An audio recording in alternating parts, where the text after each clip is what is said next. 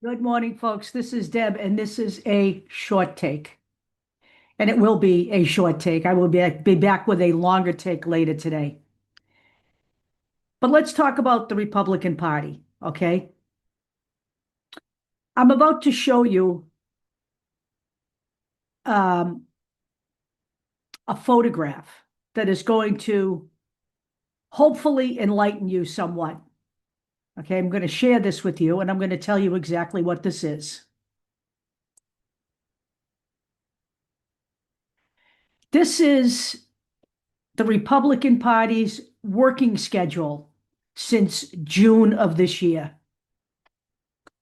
You can take a look at October and November as we sit in the middle of a government shutdown.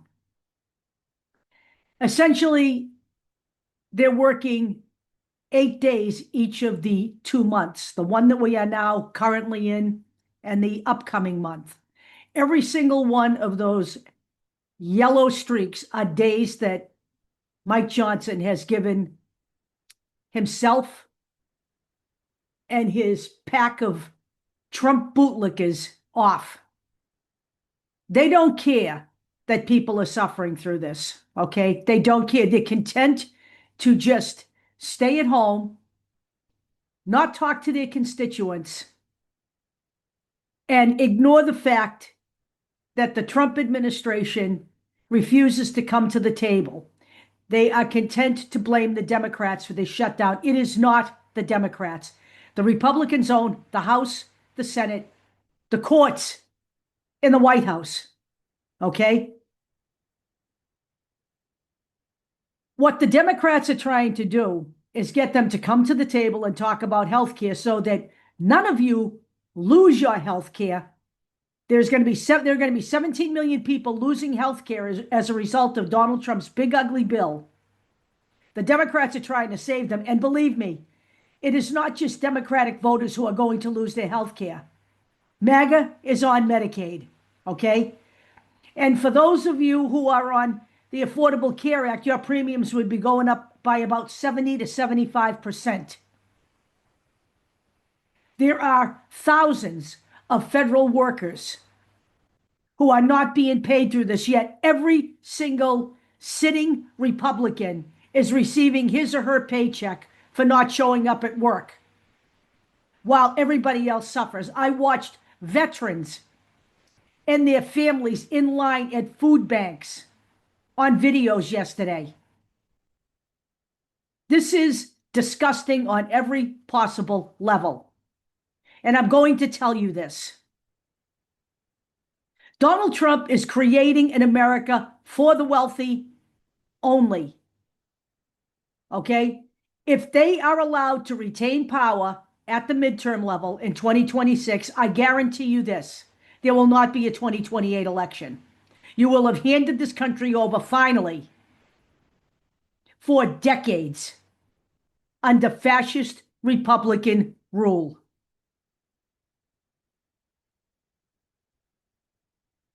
I am not saying that the Democrats are perfect by any stretch of the imagination, but what I am saying is this.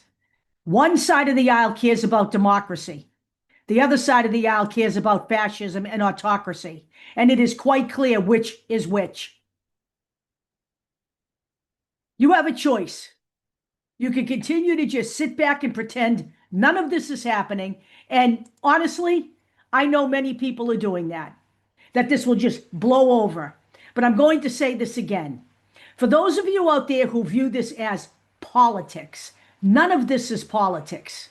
This has gone well beyond politics at this point. Donald Trump's fascism is flat out, right out there for everyone to see. And the Republican Party's complicit involvement in bringing fascism to America is quite clear. And I'm talking about every single Republican. I'm talking about the Susan Collins, just like I'm talking about the Ronnie Jacksons. I'm talking about the Lisa Murkowskis, just like I'm talking about, I don't know, name one. Name a Republican, because they're all fascists, all right? And yes, there are some who may not be fascists, but are cowards. I can't figure out which is worse, cowardice or fascism. Or are they just both one as bad as the other? Because if you are willing to sit back and allow this to happen, then you are a person of extremely low moral character. Donald Trump can be made a 2-year president if we win the midterms. And that means that 90 million people can't sit on their fat asses at home come November of 2026. And up until that point in time, we have to fight back every single day. And we have to push the Democrats to fight back every single day. I will talk to you all later.